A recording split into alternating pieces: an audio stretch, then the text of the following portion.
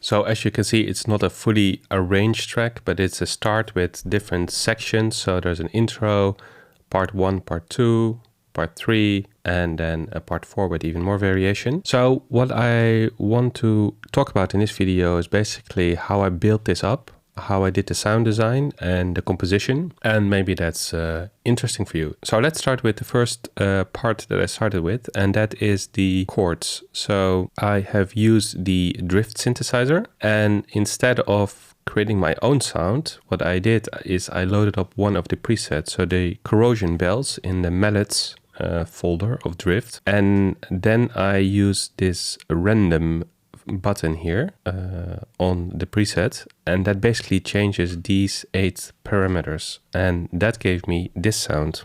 So it's a very short, noisy kind of sound, quite digital. And then I put in the key I choose is C minor, and then I put in the chords like this. It's basically 2 bars, but they're almost identical, except that in the first bar I muted one of the chords.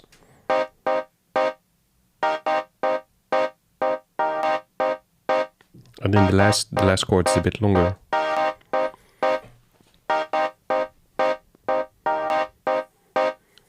And then in the second part,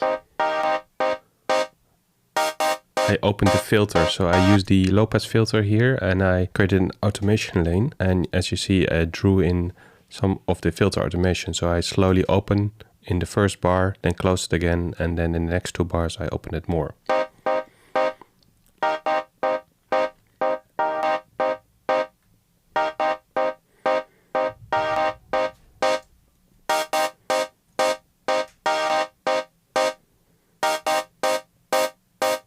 So this was really the start of the track. The second thing I did is I put another layer of drift, and here I basically did the same thing. So I loaded up the dusty bells, and again I used the random function to create a variation, and there's a low cut and there's an auto pan, and the result is a sound that is mostly noise.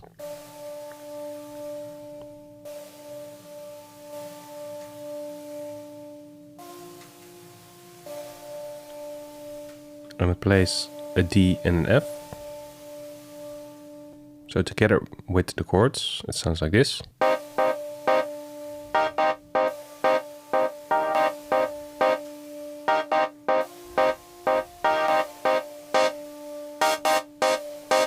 And the next thing is just a simple 909 kick drum. It's the 4 to the floor pattern. It's the 909 core kit that comes in Ableton. I just put it in mono.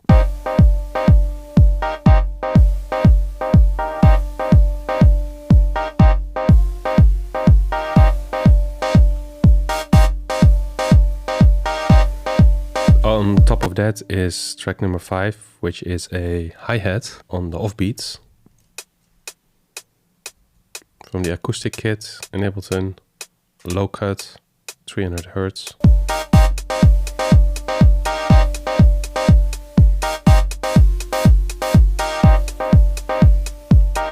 So far pretty standard. The next thing was to create a bass line, and my favorite bass in Ableton is the operator Sub Sine sub bass Sine preset. So I'll show you. It's here, basic Sub Sine. That's the name of the preset, which is extremely basic but effective.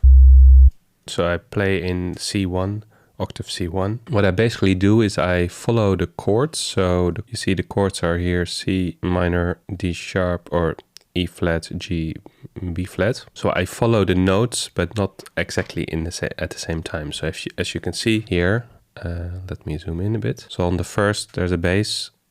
Then the bass comes before the chord. Here there is no chord. And then here on the last chord of the bar, it's at the same time. So I'll just play you the bass.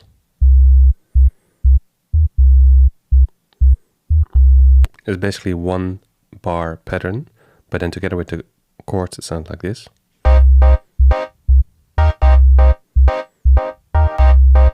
And then with the kick drum.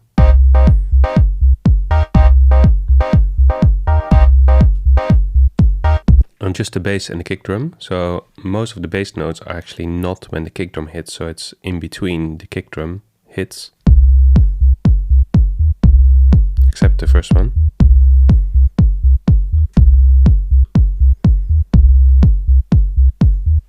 Let me play you everything so far.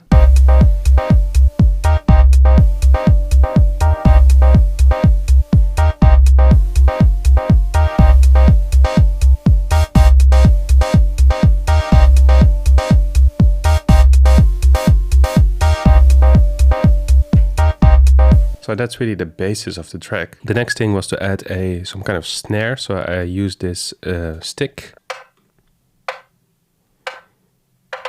which is from the Half Step kit, which is actually also a drift synthesizer. So together with the kick and the hi-hat sounds like this.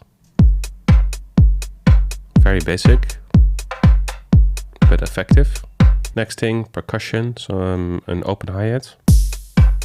Just on the first one. And then I put in a few percussion samples. So a shaker here. And another shaker on channel 9.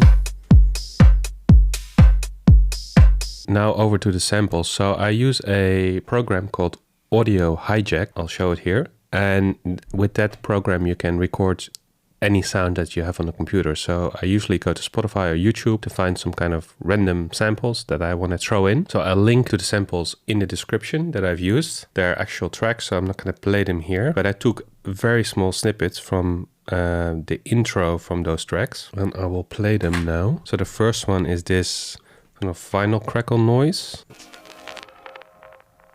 And then a variation. And then I put a low cut and a delay on that. So without the effects, it sounds like this. But then the delay makes it a bit longer. And the second sample is the intro of a KRS-One song where he talks without any music in the background. And also here I took a little bit, put a low cut filter on it and a delay. So it sounds like this. Ever. He says ever. Without the effects, it sounds like this.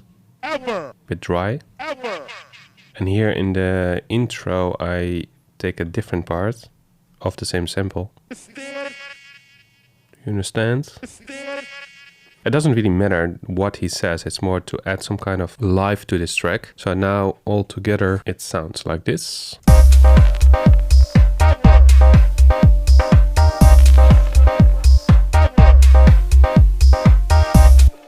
So those little samples, they really give some kind of detail and flavor to the track. Otherwise it can sound a bit sterile and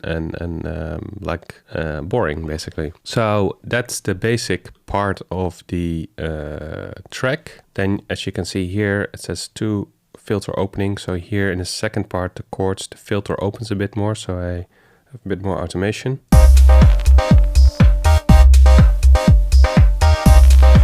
So the chords become a bit more present. And then in part 3 I do a bit of a breakdown. So the chords are still the same. The only thing is that this one was muted in the first bar, but now it's not muted. And I take away the bass just for 4 bars. And also this percussion.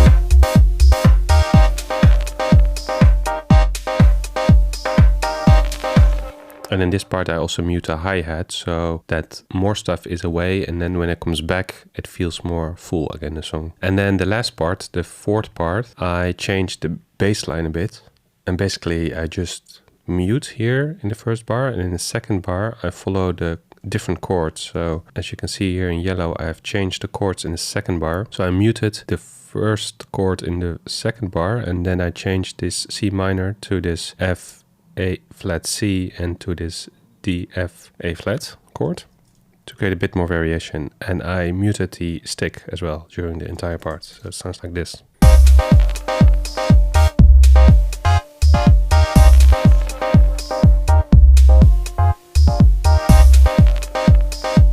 So you get a bit of more movement. And then for the intro, what I did is I just took the second synth, so the noisy one,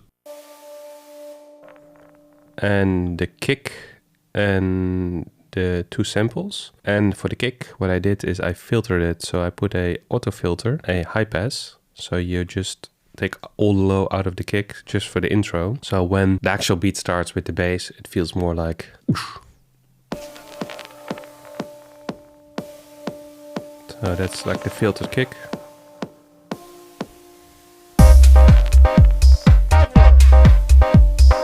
So yeah, that's basically it for this beat so far. It's not finished. I have to arrange it, maybe create more variation. Also in this kind of music style, this kind of dub techno, lo-fi house, you can create a song that this one is now 1 minute. I can easily extend this to 3.5 minutes without doing a lot of variations, just a few variations, some automation, some filtering to keep it interesting. But it's not necessarily, it doesn't necessarily need a whole lot more than this. So hopefully this was interesting. Let me know what you think in the comments, and see you in the next one.